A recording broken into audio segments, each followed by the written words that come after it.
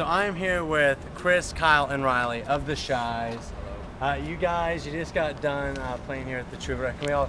Oh my gosh, there's a gigantic Mercedes. That type of car to be hit by if you guys didn't know that. So you guys just got done playing here at the Troubadour tonight, and you've been touring for a little while. You went on a month tour last year. What's your schedule for 2009 looking like? It looks busy. I mean, we're going to spend a lot of time in the studio recording like a new EP. We're going to spend a lot of time playing live as well, so it should be busy. You know, we're going to be busy guys. We want to put out some new music. We want to play it live and see how people like it. And, you know, we still have our record that we put out last year that we want to promote and get into some people's CD players. So, and yeah. the name of the record is You'll Never Understand This Band the Way That I Do. It's a mouthful. Yeah, it is a mouthful. What made you... It's easier to break it up in 3 phases like you just did. Like that. It's kind of like, you'll never understand That's really good, this Lauren. band You did it enthusiastically like that. the way that I do. That's very good, Lauren. What made you guys decide to come up with such a mouthful of a title? There is a story behind it. A really good friend of the band. I mean, I feel like every band has a good friend that's sort of like their litmus test for new music. And a really good friend of ours named John Q, down where we live. We used to work for him, a couple of us, in this restaurant he owns. And he's a big music fan, and he's always been really supportive of our band. And he couldn't wait to hear our new record. And we had it recorded, but it wasn't mixed properly yet. It wasn't really mastered, so I wasn't going to show it to him until it was done. And then my sister and my brother-in-law went to lunch at his place, and they had a copy of it. And he sort of like bribed them into listening, you know, so he could take a listen to it. And he called me on the phone. It was kind of early, and I remember him saying like, "Hey, I'm listening to this amazing record. You got to come hear it." And we all really respect his taste in music. So I said, "Okay." So I came over, and the record he was playing was our new album. And he started asking me about a song. He's like, "When did you guys write this? You know, what's this about?" Something to that effect. And I started telling him, telling him the story, whatever song it was. And then he's like, "Just shut up, man. Shut the fuck up." And he's like, "You'll never understand this band the way that I do." And I just thought that was like really sort of brilliant, because it's like, it doesn't matter if you're in the band. It doesn't matter if you're like close to them. It's like, to me, it just spoke to that thing about records that you're like, you know, a record can mean so much to somebody, and it can mean something so different to everybody. I feel like I'm going into like cheesy territory here. But we love cheesy territory. Yeah. Let's get a little bit more. When you were 8 years old, you had a dog that died, and it spawned what song from the album? What song from the album? The 8-year-old part, I mean, it kind of speaks true to that. Like in high school or something, you would love a record, and it might not be the coolest record to like in your sort of like setting or whatever. You know, like if you were listening to whatever, the Velvet Underground, while everybody else was listening to Blink-182, you know, you were like, you'll never, you know, like if you only got this record, like I get it, you would understand its genius. And so that's kind of like what it means.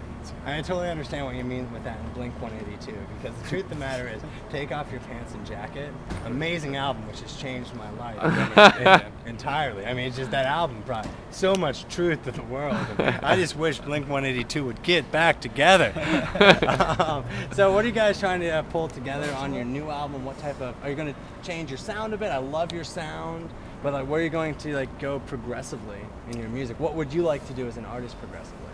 Well, I know that we never want to make the same record twice. You know, we're not interested in doing that. And, you know, some bands like stick with what works for them. I think for us, it's kind of like interesting to try new things. You know, I don't know. You know, for me personally, I like pop music. I like music that a lot of people can like. You know, and I think our band wants to be that band that a lot of different people can like. You know, like if you're, my drummer and I, Tony, went to a Tom Petty concert recently, and you know, you're looking around and you know there's guys there that like love like Radiohead, and you know there's people there that just love like Fleetwood Mac, you know, and but they're both there to see Tom Petty, you know, and it's kind of like that's sort of the goal for me personally, and I think these guys as well. So, you know, just like something that everybody can kind of like, that we can like and enjoy playing over and over again. So I mean, not sure exactly how it'll sound. I mean, we played one new song tonight, and yeah, How'd you feel about the show tonight? I felt good about it. I had a good time. It was our new bass player's first show. Fun for a show to play the Troubadour. The sound's always great here. We enjoy this venue, and we kind of like did sort of like two or three songs from each release we've ever had. So it was kind of like we played. You know, we want to play like what people want to hear, like from our records. Right. You know? Just want to get a good response, you know, and give the people their money's worth. So, in an 8-song set, we did the best we could, you know. But yeah, I felt like it was good. You know, I think a lot of people were here to see the other two bands, but that's kind of a good, like I was saying earlier, the litmus test for a band is like walk into a room full of people that don't know who you are and see how it goes. So I feel like it went well. Well, really quick, Chris and Riley, what do you guys enjoy the most about performing in front of a live audience for you? What type of energy you're trying to give off? What type of energy do you feel like you're getting back? You want to take it? That's a big question. It's a big question. I like to ask questions that are so ridiculous I don't understand them. We can even go off on a completely different tangent. I think that was like a 2-part question. Right? Well, sometimes I ask like 7-part questions. Where it's like, what the fuck are you trying to do to Just me? take it one part at a time. I kind of get like find myself getting kind of lost into like a zone. Yeah. Like I don't think I really like think about what energy I'm giving off or receiving so much. I don't know. I just kind of like get lost in the zone and just like I really enjoy playing with these guys. So every time it's a treat. So it's not so much of a conscious thing like, oh, I gotta give this energy so I receive it. But it's always nice when the crowd's into it and going nuts because it definitely adds to the show. I like to sometimes take like an exterior like perspective on things, because like you sit and practice and you get your parts down, you nail them, and so it's all good, you know, like every single time it's the same thing. And then I like to kind of like sit on the outside and kind of check things out in the crowd and like see how things may change for different, you know, songs or for different parts of songs even, you know, just kind of like look at things from the outside in, you know. Yeah, because not every show goes like you rehearse it, you know. You may rehearse a song like 50 times, but you play it live and all of a sudden things change, and just with like the vibe of the band. Well, we do our hardest, you know, in practice and like get things tight, you know, these are our parts and we're doing the best we can. And so if you're so involved in that, that's, you know, it gets kind of, you know, mundane after a while. So you sit on the exterior and just kind of like see things develop. It's kind of cool. Just feeling it, man. Just feeling it. Cool. You guys, really quick before we jet out, anything you'd like to tell to your fans? Any, you know, hopeful moments of glee in your life? I don't know if that makes any sense at all. Tune in.